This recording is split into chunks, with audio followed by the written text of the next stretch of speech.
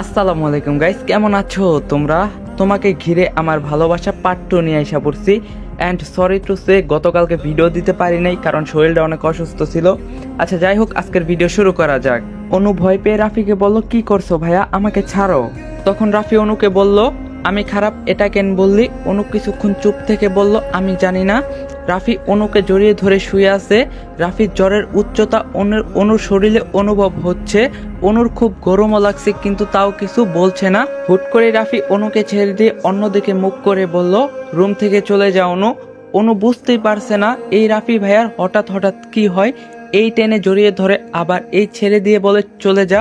অনু মন খারাপ করে বিছানা থেকে উঠে চলে যাচ্ছিল। তখন রাফি অনুকে বলল, আমার জন্য স্যুপ নিয়ে আয় অনু, আমি সারাদিন কিছু খাইনি, ক্ষুধা লেগেছে। তখন অনু বলল, রাফি ভাইয়া তুমি সারাদিন না খেয়েছিলে কেন? রাফি বলল, এমনি। অনু বলল, কি বলছো তুমি? খালামণি কিছু বলেনি তোমায়? আমাকে আম্মু অনেকবার জোর করছিল, কিন্তু আমি আম্মুর কথা শুনিনি। অনু বলল, খালামণির কথা শুনুনি কেন? রাফি বলল, মন ভালো ছিল না। অনু বলল, মন ভালো ছিল না কেন? রাফি বলল, অনুর বাচ্চা তুই এত কথা কেন বলস? আমার জন্য স্যুপ নিয়ে আয় জলদি। রাফির ধমক শুনে অনু রুম থেকে বেরিয়ে গেল রাফির জন্য স্যুপ আনতে। রাফি এইভাবে শুয়ে রইল। অনু বেশ কিছুক্ষণ পর গরম স্যুপ নিয়ে রুমে এলো। অনু রাফিকে ডাক দিতে লাগলো, রাফি ভাইয়া, রাফি ভাইয়া ওঠো, তোমার জন্য স্যুপ নিয়ে এসেছি। রাফি উঠে বসলো। অনুর দিকে তাকিয়ে বলল, তুই নিজে স্যুপ বানিয়েছিস? তখন অনু রাফিকে বলল, আমি কি স্যুপ বানাতে পারি নাকি? আমি তো ঠিক মতো রান্নাই করতে পারি না। খালামণিকে বলছি স্যুপ বানিয়ে দিতে, তাই খালামণি স্যুপ বানিয়ে দিছে। রাফি দীর্ঘশ্বাস ফেললো, তারপর অনুকে বলল, ওহ আমাকে খাইয়ে দে তাহলে। অনু অবাক হয়ে রাফির দিকে তাকিয়ে রইল। কিন্তু কিছুক্ষণ পর রাফির কথা মতো অনু রাফিকে স্যুপ খাওয়াতে লাগলো। রাফি অনুর দিকে অপলক দৃষ্টিতে তাকিয়ে থেকে স্যুপ খেতে লাগলো। রাফির এমন ভাবে তাকানো দেখে অনুর কেমন যেন লাগছে, কিন্তু কিছু না বলে অনু রাফিকে চুপচাপ স্যুপ খাওয়াতে লাগলো। স্যুপ খাওয়া শেষ করে রাফিকে অনু পানিও খাইয়ে দিল। তারপর রাফি এবার শুয়ে পড়ল। নিজের চোখ দুটো বন্ধ করে রাফি শান্ত স্বরে অনুকে বলল, এত রাতে আমার বাসায় কেন এলি? সত্যিই তো, এত রাতে অনু রাফির বাসায় কেন এসেছে তা অনুর জানা নেই। এক অদ্ভুত টানে অনু দৌড়ে ছুটে এসেছে রাফির বাসায়। কিন্তু এখন রাফিকে অনু কি বলবে সেটা বুঝতে পারছে না। রাফি এবার বিরক্ত স্বরে অনুকে জিজ্ঞাসা করলো, কি হলো অনু? আমি তোকে কিছু জিজ্ঞাসা করছি, বলছিস না কেন? অনু আমতা আমতা করে বলল, আসলে ভাইয়া আসলে তোমার কথা খুব মনে পড়ছিল, তাই তোমাকে দেখতে চলে এলাম। রাফি সন্দেহের গলায় বলল, শুধুমাত্র আমাকে দেখার জন্য এত রাতে নিলিবিলি রাস্তা দিয়ে আমার বাসায় চলে এলি? অনু রাফিকে বলল, তো কি হয়েছে, আমি কি তোমাকে দেখার জন্য এখানে আসতে পারি না? তাছাড়াও তুমি তো রাফি ভাইয়া, আর রাফি ভাইয়া অসুস্থ, তা দেখে অনু কি চুপচাপ ঘরে বসে থাকতে পারে? রাফি কিছু বলতে যাবে, তার আগে হঠাৎ করে রাফির দুই বান্ধবী রিদি ও মিম রাফির রুমে এসে হাজির হয়। রাফি অবাক হয়ে রিদি ও মিমকে দেখে বলে উঠল, আরে রিদি, মিম, তোরা এই এত রাতে আমার বাসায়? মিম হেসে সোফায় বসে বলল, সারপ্রাইজ রাফি, তুই কেমন আছিস সেটা দেখতে এলাম আমরা। এখন কেমন আছিস এটা বল। রাফি মিমকে বলল, হ্যাঁ আমি এখন ভালো আছি। রিদি অনুর পাশে বসে রাফিকে বলল, এই রাফি, তুই তো আমাকে ফোন দিলি না, জানিস কত চিন্তা করছিলাম তোর জন্য। রাফি বিরক্ত স্বরে রিদিকে বলল, তোকে ফোন দেব কোন দুঃখে? আমার কি খেয়ে দে আর কোনো কাজ নেই? মন চায়নি তাই ফোন দেয়নি, সিম্পল। রিদি রাফিকে মন খারাপ করে বলল, এভাবে তুই আমাকে বলতে পারলি? মিম অনুকে এবার খেয়াল করে দেখলো। অনুকে দেখতে পেয়ে মিম রাফিকে বলল, এই মেয়েটাকে রাফি? রাফি একবার অনুর দিকে তাকিয়ে তারপর মিমকে বলল, ও হলো অনু, আমার কাজিন। তোদের মতোই আমি অসুস্থ জেনে আমাকে এত রাতে একা একাই দেখতে চলে এসেছে, পাগলি মেয়ে একটা। মিম কিছু বলল না, কিন্তু রিদি বলে উঠল, বাহ, এত ছোট মেয়ে কিনা তোর কাজিন, দেখার জন্য একা একা এত রাতে চলে এলো। এই অনু, রাফিকে ভালোবাসো নাকি? আমার তো মনে হচ্ছে তাই। অনু কি বলবে কিছু বুঝতে পারছে না, তবু অনু রিদিকে বলল, আপু, রাফি ভাইয়া শুধু আমার কাজিন, তেমন কিছু না, তুমি একটু বেশি ভাবছো। অনুর কথাটা রাফির কাছে ভালো লাগলো না। রাফি বিছানার চাদর খামচে ধরে রাগী দৃষ্টিতে অনুর দিকে তাকিয়ে রইল। রাফি মনে মনে বলল, আমি জাস্ট তোর কাজিন, আর কিছুই হই না তোর, এটা তুই বলতে পারলি অনু? মিম সোফায় বসা থেকে উঠে এসে রাফির একদম কাছে চলে এসেছে। রাফির কপালে হাত দিতে গেলে রাফি রেগে মিমকে বলল, একদম আমার গায়ে হাত দেওয়ার চেষ্টা করবি না মিম, দূরে গিয়ে দাঁড়া। মিম রাফির ব্যবহারে অবাক হলো। মিম রাফিকে মন খারাপ করে বলল, তোর জ্বর কমছে কিনা একটু দেখতে চেয়েছিলাম, এমন করছিস কেন? রাফি বিরক্ত হয়ে মিমকে বলল, তোর দেখা লাগবে না, আমি ঠিকই আছি। মিম মন খারাপ করে আবারও সোফায় বসে পড়ল। অনু ওদের সাথে রাফির করা ব্যবহারে খারাপ লাগলো কেন জানি, অনু আবার খুশিও হচ্ছে। অনু মনে মনে বলল, যাক, রাফি ভাইয়াকে আমি ছাড়া কেউ ছুতে পারবে না। ওই দিক দিয়ে আমার রাফি ভাইয়াকে ভালো লেগেছে, তুমি খুব ভালো রাফি ভাইয়া। অনু রিধির পাশে বসে আছে, তাই রিধির ভালো লাগছে না। আবার ওদের ধমক খেতে দেখে অনু মজা নিচ্ছে, এটা রিধি বেশ ভালো করেই বুঝতে পারছে।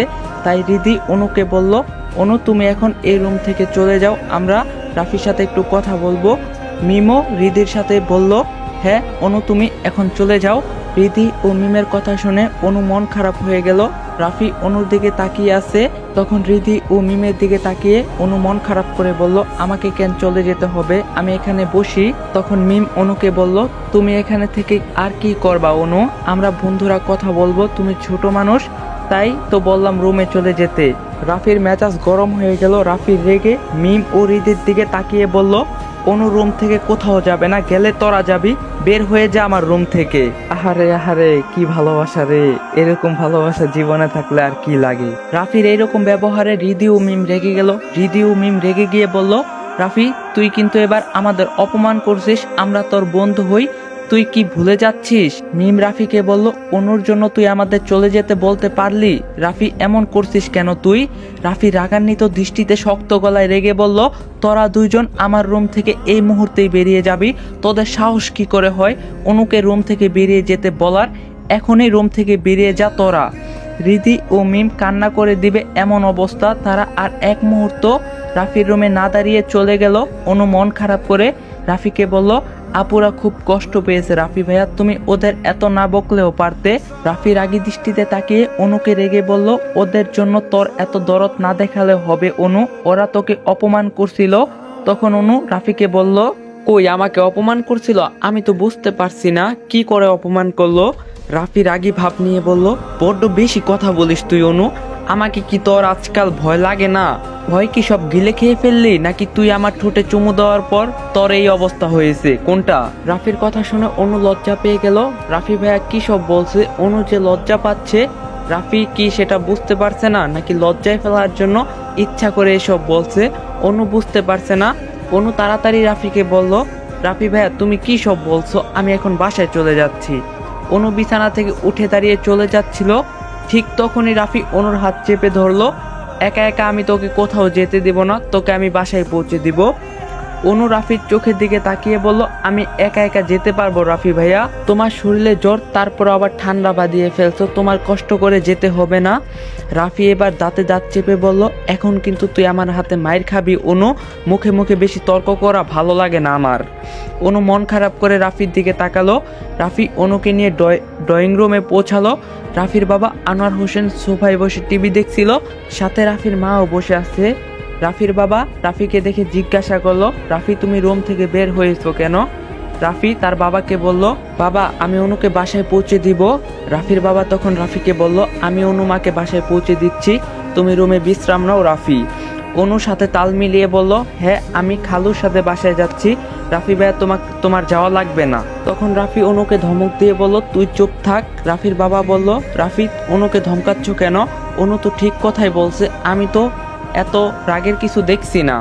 রাফি তার বাবাকে বলল, বাবা আমি অনুকে বাসায় দিয়ে আসবো, মানে আমি দিয়ে আসবো।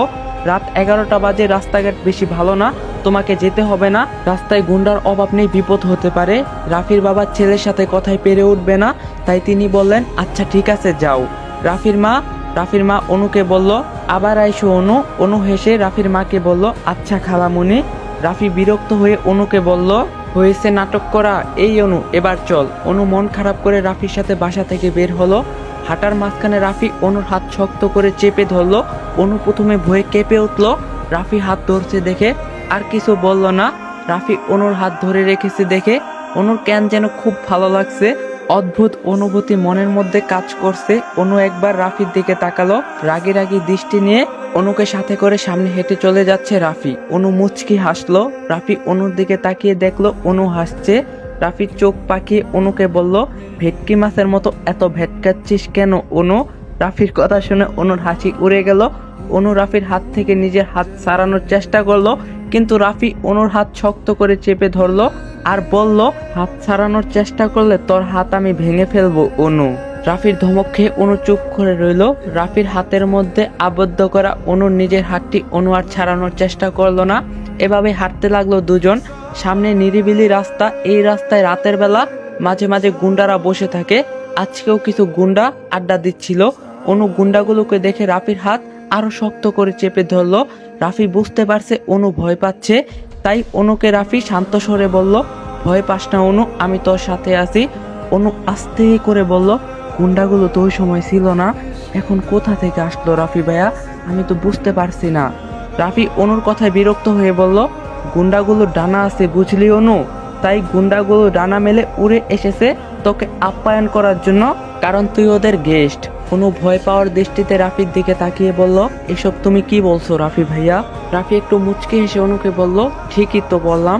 রাফির কথা অনুর ভালো লাগলো না। অনু খেয়াল করে দেখলো গুন্ডাগুলো অনুর দিকে কেমন লোভী দৃষ্টিতে তাকিয়ে আছে। অনুর দিকে গুন্ডাগুলো বাজে নজর দিচ্ছে। অনু রাফির হাত চেপে ধরে নিজের চোখ বন্ধ করে চুপচাপ হেঁটে চলল।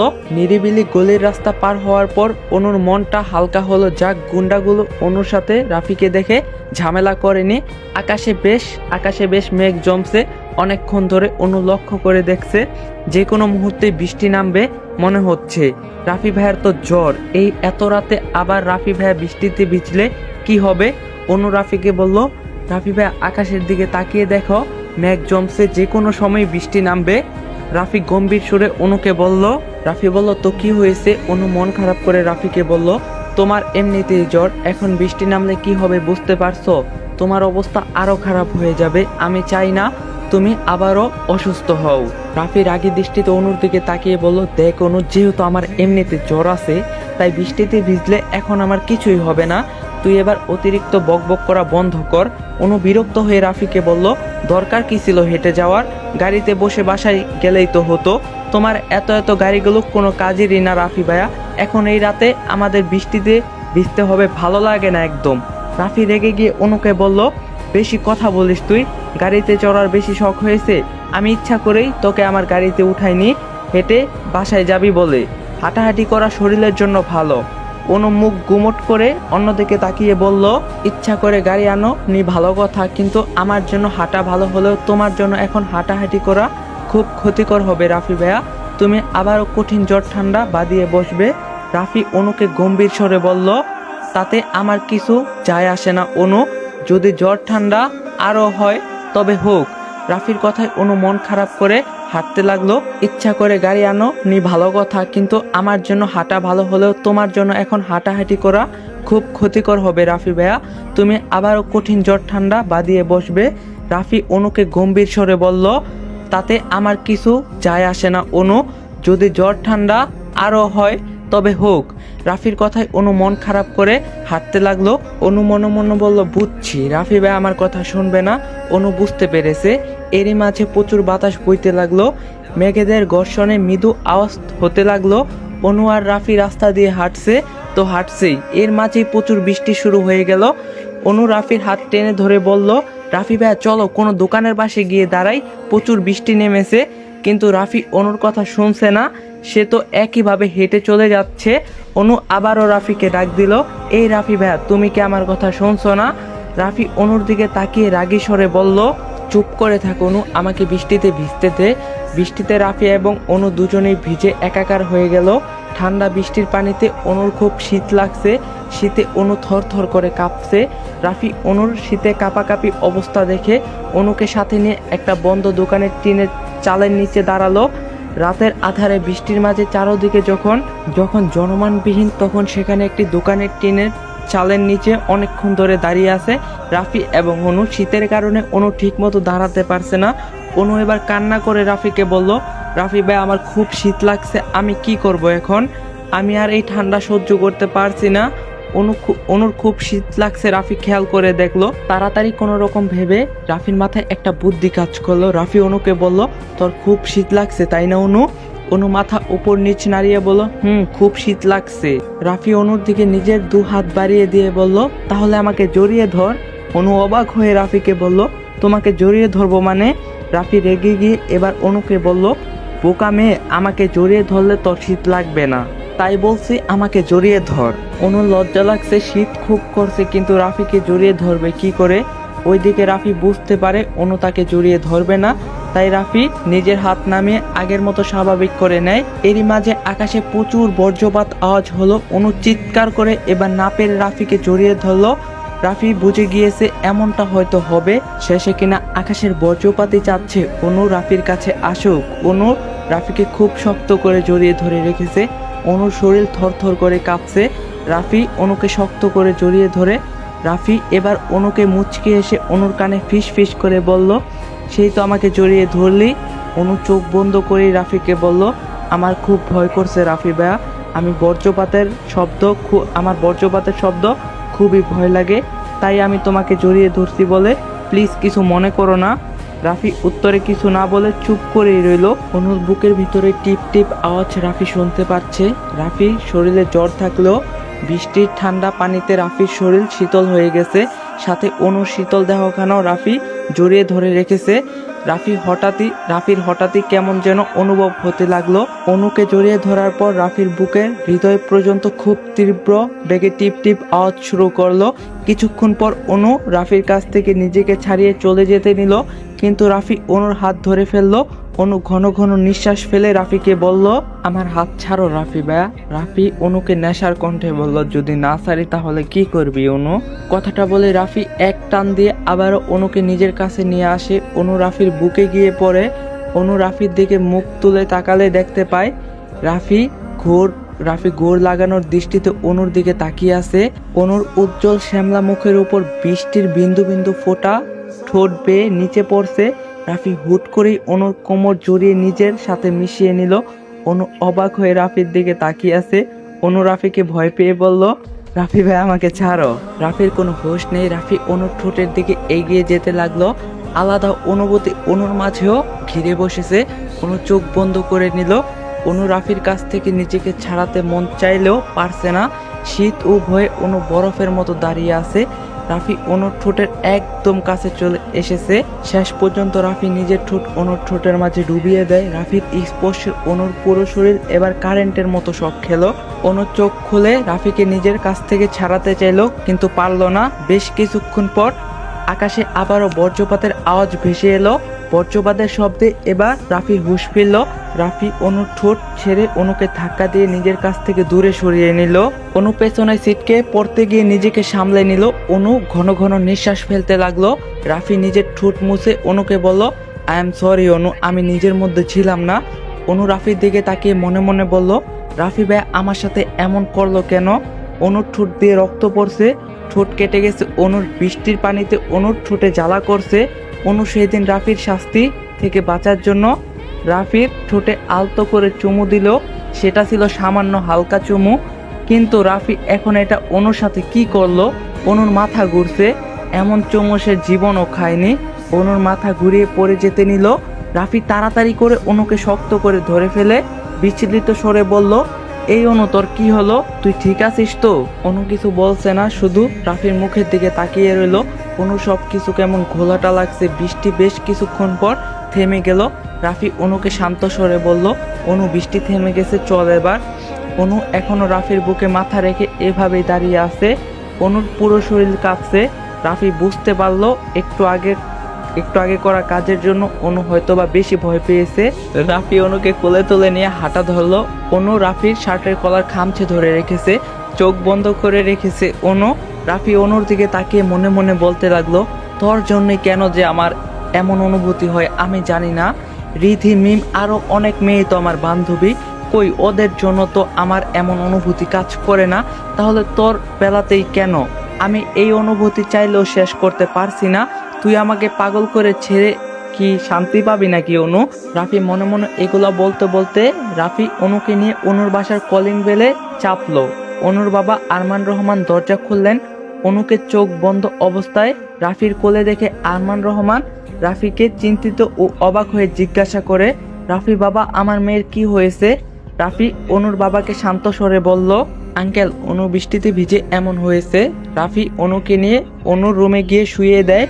অনুর বাবা রাফিকে বলল, রাফি বাবা, আমার মেয়ে সুস্থ হয়ে যাবে তো? ওর কোনো ক্ষতি হবে না তো? রাফি অনুর বাবাকে বলল, অনুর কিছু হবে না আঙ্কেল, ঠিক হয়ে যাবে। অনুর মা আমেনা বেগম অনুর রুমে এসে অনুকে চোখ বন্ধ অবস্থায় বিছানা শুয়ে থাকতে দেখে রাফিকে বলল, বাবা রাফি, অনুর কি হয়েছে? রাফি অনুর মাকে বলল, খালামণি, আমি অনেকবার না করার পরেও অনু বৃষ্টিতে ভিজছে। ওর নাকি বৃষ্টিতে ভিজতে ভালো লাগে। বারণ করছিলাম বৃষ্টিতে ভিজতে, কিন্তু শুনছিল না। তাই আর কি করার, অনুর ঠান্ডা লেগে এখন এই অবস্থা। রাফির কথা শুনে মনে মনে আমেনা বেগম অনুর প্রতি অভিমান হলো। অনুর বাবা বলল, মেয়েটা আমার এখনো ছেলে মানুষই গেল না, কখন যে নিজের ভালোটা বুঝতে পারবে। রাফি অনুর মা ও বাবাকে বলল, আচ্ছা খালামণি, আঙ্কেল আজ রাতটা যদি আমি অনুর পাশে থেকে অনুর খেয়াল রাখি, আপনাদের কোনো অসুবিধা হবে না তো? রাফির কথায় অনুর মা এবং বাবা দুজনে অবাক হলো। আমেনা বেগম রাফিকে বলল, তুমি এমনিতেই অনুর জন্য অনেক ঝামেলায় পড়ছো বাবা, তোমার অনুকে সামলাতে অসুবিধা হবে, আবার তারপরও তোমার শরীরেও জ্বর। রাফি অনুর মাকে বলল, আমি একদম সুস্থ আছি খালামণি, আমার কোনো অসুবিধা হবে না। অনুর মা চিন্তিত হয়ে রাফিকে বলল, সুস্থ হয়েছো ভালো কথা, কিন্তু সারা রাত অনুর খেয়াল রাখলে তুমি ঘুমাবে কখন রাফি বাবা? রাফি হেসে অনুর মাকে বলল, বেশি ঘুম পেলে আমি গেস্ট রুমে চলে যাব খালামণি। অনুর মা ও বাবা রাফিকে বিশ্বাস করে তাই কিছু বলল না। রাফি অন্য রুমের ওয়াশরুমে ফ্রেশ হতে চলে গেল। অনুর বাবা নিজের রুমে চলে গেল, কিন্তু অনুর মা শুধু অনুর রুমে।